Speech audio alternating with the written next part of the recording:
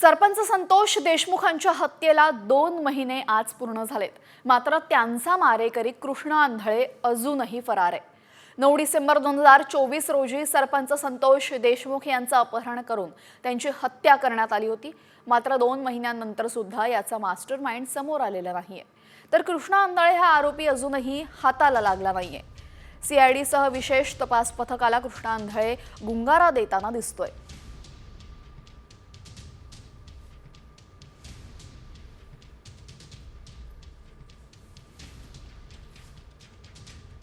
तर कृष्ण आंधळे अजूनही सापडलेला नाही आणि दुसऱ्या बाजूला या प्रकरणामध्ये मंत्री धनंजय मुंडेंचा राजीनामा घेण्यावर अंजली दमानिया मात्र ठाम आहेत। या प्रकरणातले मंत्री धनंजय मुंडेंवरच्या आरोपांचे पुरावे मुख्यमंत्री देवेंद्र फडणवीस, उपमुख्यमंत्री अजित पवार यांना पाठवलेले आहेत। मात्र आज तरी ते चौकशी लावून राजीनामा घेतील का असा सवाल अंजली दमानिया यांनी केलेला आहे। धनंजय मुंडे जोपर्यंत मंत्रिपदावर कायम आहेत तोपर्यंत तपासावर दबाव राहणार, तेव्हा त्यांचा राजीनामा घेतलाच पाहिजे अशी मागणी दमानिया यांनी केली आहे। तर धनंजय मुंडेंवरच्या आरोपांचे पुरावे त्यांनी दिलेले आहेत आणि त्यांचा राजीनामा नक्की कधी घेतला जाईल असा प्रश्न दमानियांकडून उपस्थित केला जातोय। जोपर्यंत ते मंत्रिपदावर असणार तोपर्यंत या संपूर्ण केसमध्ये त्यांचा दबाव कायम असेल, त्यामुळे त्यांचा राजीनामा लवकरात लवकर घ्यावा आणि तपास वेगाने करावा अशी मागणी यावेळेस दमानिया यांनी केलेली आहे।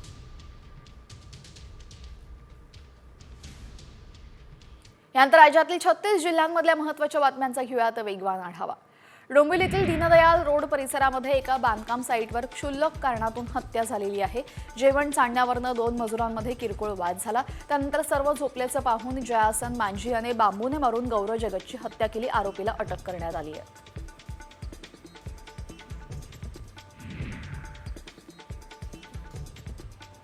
पतीने मारहाण केल्याच्या रागातून एका महिलेने आपल्या 1.5 वर्षाच्या मुलीसह विहिरीत उडी घेतली आणि आत्महत्या केली। हिंगणघाट तालुक्यातील फुकटा गावामध्ये ही घटना घडलेली आहे। पत्नीने कामाला नकार दिल्याच्या रागातून पतीने तिला मारहाण केली अशी माहिती पोलिसांनी दिली आहे।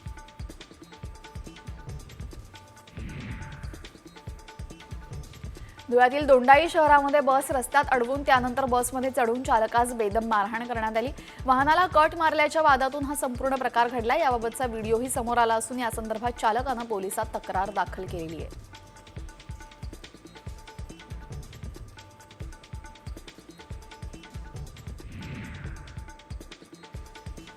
नवी मुंबईमध्ये ठाणे बेलापूर मार्गावर मसूर डाळ वाहतूक करणारा ट्रक पलटी झाला। त्यामुळे या रस्त्यावर मोठ्या प्रमाणात वाहतूक कोंडी झाली आहे। हा ट्रक डाळीने भरलेला असल्याने क्रेनच्या सहाय्याने बाजूला करण्याचं काम सुरू आहे। तसंच वाहतूक सुरळीत करण्याचं काम पोलीस करतायत।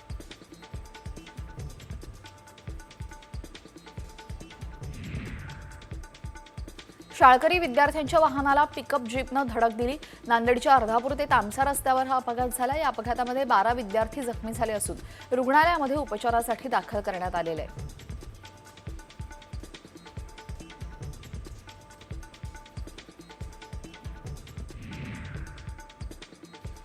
नाशिकमध्ये परराज्यातील अवैध मद्य वाहतूक प्रकरणी कारवाई करण्यात आली आहे। राज्यामध्ये प्रतिबंधित असलेल्या मद्याची अवैध वाहतूक राज्य उत्पादन शुल्क विभागानं रोखली।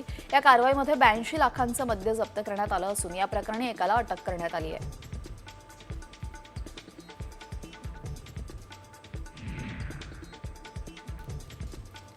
पिंपरी चिंचवड पालिकेने चिखली आणि कुदळवाडी परिसरामध्ये 5000 अनधिकृत बांधकामांविरोधात कारवाई सुरू केलेली आहे। या पार्श्वभूमीवर परिसरामध्ये मोठा चोख पोलीस बंदोबस्त ठेवण्यात आलाय। मात्र या ठिकाणी कारवाई होत असल्याने व्यवसाय करणारे व्यापारी आणि कामगारांवर मात्र मोठं संकट कोसळलंय।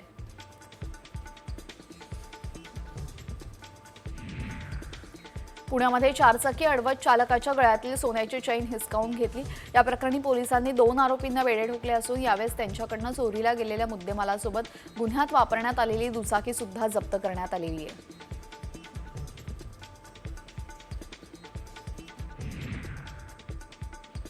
शिर्डीमध्ये एकाच रात्री 2 ठिकाणी घरफोडी झालेली आहे। चोर पळतानाचं दृश्य सीसीटीव्हीत कैद झालं। या घटनेमुळे पोलिसांच्या कार्यक्षमतेवरचं प्रश्नचिन्ह उपस्थित केलं जात आहे।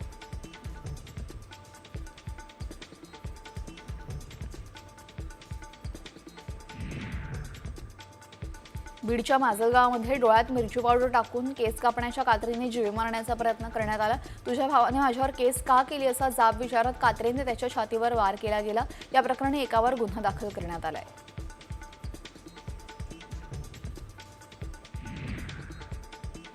कल्याणमधील उल्हासनगर परिसरामध्ये रात्रीच्या वेळी एका दुकानातून लॅपटॉप आणि रोकड चोरी करण्यात आली होती. मुद्देमाल घेऊन पसार झालेल्या चोरास पोलिसांनी अटक केली. सीसीटीव्हीच्या आधारे शोध घेत त्याला वेढ्यात ठोकण्यात आले आहेत.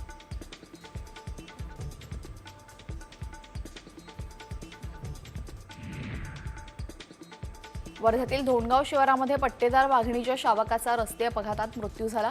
या घटनेची गंभीर दखल घेत भविष्यात अशा घटना टाळता याव्यात यासाठी वन विभागानं संबंधित राज्य महामार्गावर पाईकमारी ते गिरड हे क्षेत्र वाघ भ्रमण क्षेत्र जाहीर केलेले आणि ठिकठिकाणी सूचना फलक लावलेले आहेत.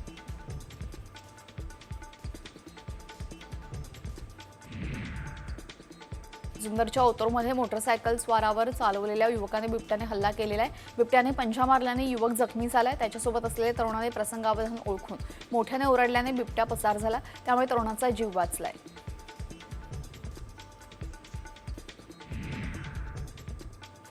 चंद्रपुरात बिबट्याने धुमाकूळ घातला. एका वनरक्षकासह 5 गावकऱ्यांना जखमी केले. ही घटना सिंदेवाही तालुक्यातील धुमनखेडा गावातील आहे. गावातील एका गोठ्यामध्ये बिबट्याने ठिया मांडला होता. बिबट्याला बघण्याकरता परिसरातील नागरिकांचीही मोठी गर्दी झाली होती.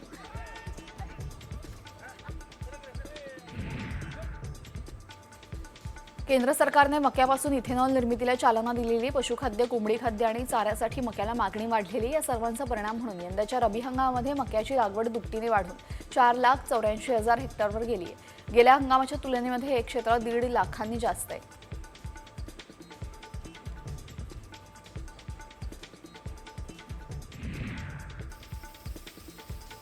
वाशिम जिल्ह्यामध्ये गहू पिकांवर पान खाणाऱ्या अळीसह करप्या रोगाचा प्रादुर्भाव झालाय. या रोगांना आटोक्यात आणण्यासाठी शेतकरी कीटकनाशकांची फवारणी करतायत. मात्र रोग आटोक्यात न आल्यास गव्हाच्या उत्पादनामध्ये घट होण्याची शक्यता वर्तवली जाते. त्यामुळे शेतकरी चिंतेत सापडलाय.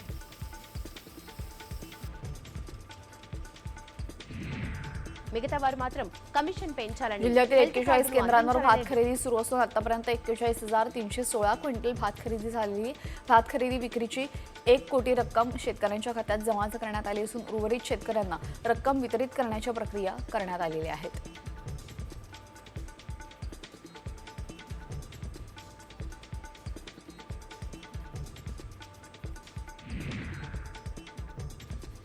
वाशिम जिल्ह्यातील नाफेडच्या खरेदी केंद्रावर सोयाबीन मोजणी थांबताच शेतकऱ्यांची मोठी अडचण झालेली. आर्थिक व्यवहारांसाठी शेतकऱ्यांनी बाजार समित्यांकडे धाव घेतली असून जिल्ह्यातील बाजार समित्यांमध्ये सोयाबीनची मोठ्या प्रमाणात आवक होते. तब्बल 15,000 क्विंटलपेक्षा अधिक सोयाबीनची नोंद इथं करण्यात आली आहे.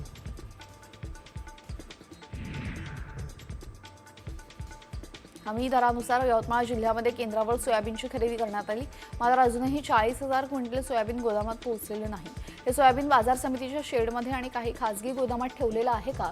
या सोयाबीनची देखभाल करण्याची जबाबदारी नक्की हमी केंद्र कोणत्या केंद्रावर राहणार आहे या संदर्भात तपास सुरू आहे.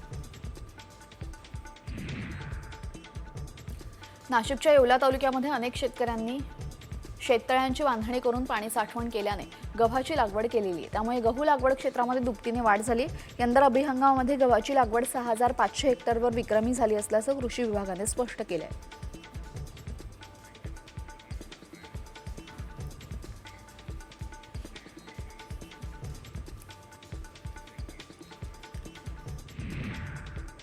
आता बातमी आहे एका व्हायरल व्हिडिओ संदर्भातली. तुम्ही पाणीपुरी खाता का? आणि पाणीपुरी खात असाल तर हा व्हिडिओ नक्की पहा. कारण या व्हिडिओमध्ये जे दाखवलंय ते पाहून तुम्ही पाणीपुरी खाणं सोडाल. तेव्हा तुम्ही म्हणाल की आपण पाणीपुरी खातोय की तेलपुरी. म्हणूनच आम्ही या व्हिडिओची पडताळणी केली आणि त्यावेळेस नक्की काय सत्य समोर आलेलं आहे पाहूयात. दो बोलता नीचे गिर गई। हाँ, एक पाणीपुरी है। हा व्हिडिओ पाहिल्यानंतर पाणीपुरी खाण्याची कुणाची हिम्मत होणार नाही. कारण पुरीला फुंक मारल्यानंतर त्यातून 5 ते 6 थेंब तेल बाहेर येत असल्याचं दिसतंय. खरंच इतक्या मोठ्या प्रमाणात एका पुरीत तेल असतं का? बरेच जण पाणीपुरी आवडीनं खातात.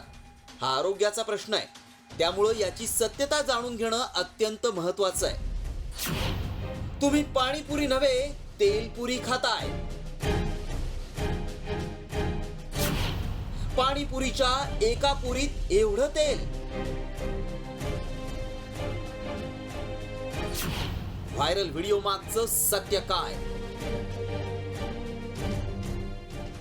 एका पाणीपुरीत 4 ते 5 थेंब तेल असल्याचा दावा करणारा हा व्हिडिओ प्रचंड व्हायरल होतोय.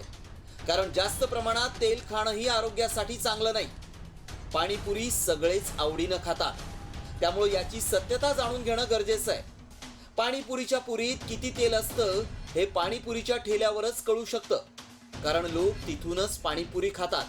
म्हणून आमचे प्रतिनिधी अक्षय बडवे पाणीपुरीच्या ठेल्यावर पोहोचले आणि खरंच पाणीपुरीत जास्त तेल असतं का हे जाणून घेतलं.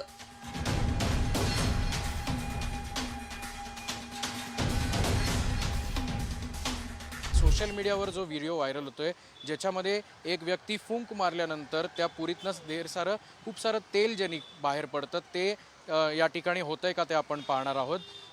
कसं करून दाखवा. हे होऊच शकत नाही, कारण की ही पुरी आम्ही जेव्हा तयार करतो, तयार झाल्यानंतर अजून एक मशीन असते राऊंडची, त्याच्यामध्ये या पुऱ्या फिरून त्यातलं तेल काढलं जातं. माझ्या तरी इथं म्हणजे पुण्यात भरपूर ठिकाणी अशीच पद्धत आहे पुरी करायची.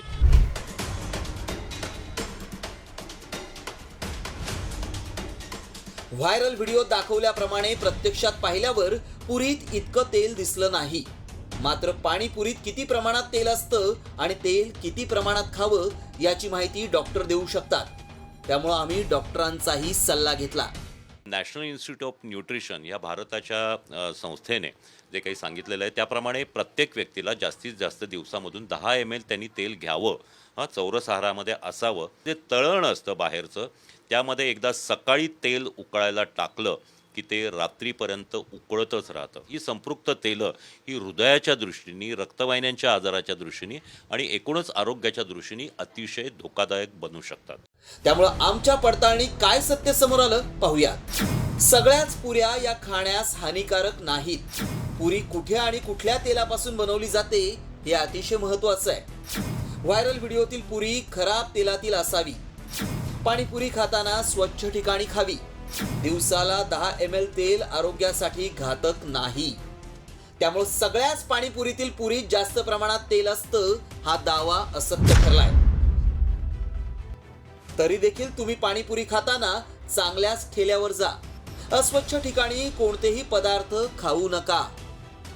ब्युरो रिपोर्ट, साम टीव्ही न्यूज.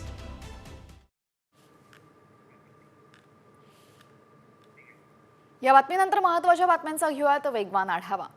राज्यामध्ये थंडी कमी होत असून तापमानामध्ये वाढ होताना दिसते.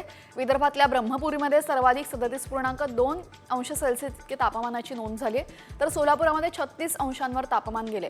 रत्नागिरी आणि जेऊरमध्ये पारा 35 अंशांवर पोहोचला. पुढच्या काही दिवसांमध्ये तापमानामध्ये आणखीन वाढ होण्याचा अंदाज हवामान विभागानं वर्तवलेला आहे. मुंबईतल्या कोस्टल रोडवर भीषण अपघात झाला. भरधाव स्विफ्ट कारवरचं चालकाचं नियंत्रण सुटलं आणि 3 ते 4 वेळा कार पलटी होत रस्त्याच्या कठड्याला धडकली. या अपघातामध्ये कारमधून प्रवास करणारा दाम्पत्य गंभीर जखमी झालेले. दोघांनाही उपचारासाठी ब्रीचकँडी रुग्णालयामध्ये दाखल करण्यात आलं.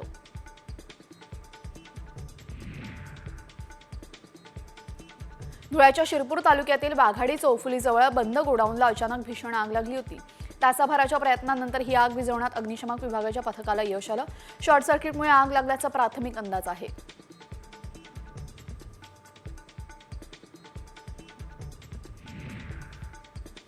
खार लोकोशेडला काल रात्री भीषण आग लागली. आगीची माहिती मिळताच अग्निशामक दलाने तातडीने घटनास्थळी धाव घेतली. अथक परिश्रमांनंतर ही आग विझवण्यात अग्निशामक दलाला यश मिळालं. आगीत सुदैवानं कोणतीही जीवितहानी झाली नाही, मात्र शेडचं मोठं नुकसान झालंय. पुण्यामध्ये वाहतूक पोलिसांवर हल्ला करणाऱ्याला अटक करून पोलिसांनी त्याची धिंड काढलेली आहे.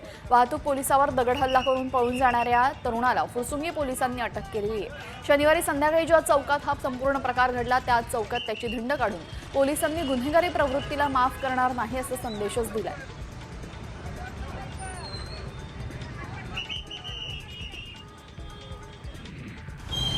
पुण्यात गाड्या तोडफोड करणाऱ्या आरोपींची पोलिसांनी धिंड काढलेली आहे. गाड्यांची तोडफोड करत दहशत पसरवण्याचं प्रमाण वाढलेलं होतं आणि या आरोपींनी ज्या परिसरामध्ये गाड्या फोडल्या त्याच परिसरामध्ये त्यांची पोलिसांकडनं वरात काढण्यात आली आहे.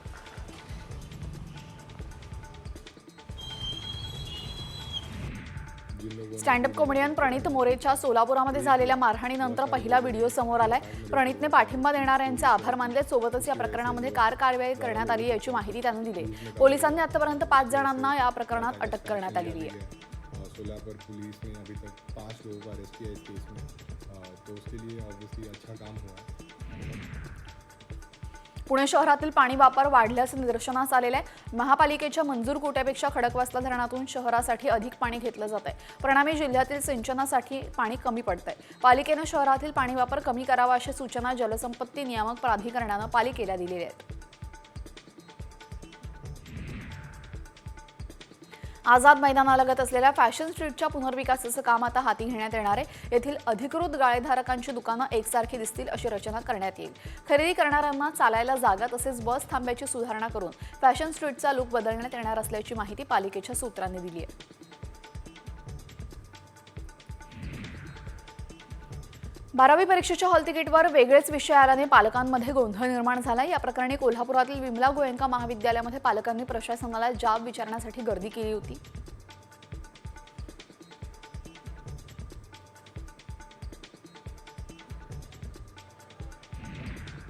नागपूर महापालिकेद्वारे जनतेसाठी तक्रार निवारण हेल्पलाईन सुरू करण्यात आली आहे. या हेल्पलाईनचं लोकार्पण मुख्यमंत्री देवेंद्र फडणवीस यांच्या हस्ते करण्यात आलं. ही तक्रार निवारण हेल्पलाईन सोमवार ते शुक्रवार सकाळी 8 ते रात्री 8 या वेळेत तसेच शनिवारी आणि रविवारी सकाळी 10 ते रात्री 8 या वेळेत सुरू असणार आहे.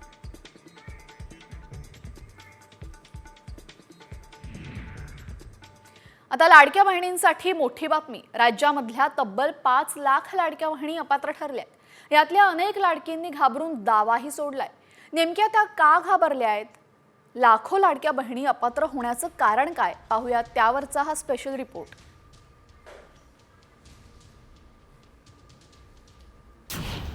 पाच लाख लाडक्या घाबरल्या. सरकारकडून अपात्रतेचा सपाटा. लाडकींची संख्या आणखीन घटणार. लाडकी बहीण योजना महायुतीसाठी गेम चेंजर ठरली. मात्र सत्तेत आल्यानंतर महायुतीने अपात्र लाडक्या बहिणींवर कारवाईचा इशारा दिलाय. त्यामुळे घाबरलेल्या लाडक्या बहिणींनी योजनेचा लाभ सोडण्याचा निर्णय घेतलाय. यावर खुद्द महिला व बालकल्याण मंत्री अदिती तटकरे यांनीच शिक्कामोर्तब केलंय. एवढंच नाही तर त्यांनी अपात्र लाडक्या बहिणींची आकडेवारीच जाहीर केली आहे. 65 वर्षांपेक्षा जास्त वय असलेल्या महिला 1,10,000. संजय गांधी निराधार योजनेच्या लाभार्थी महिला 2,30,000. 4 चाकी असलेल्या नमोशक्ती योजनेच्या लाभार्थी 1,60,000. एकूण अपात्र 5 लाख लाडक्या. ही तर सुरुवात आहे.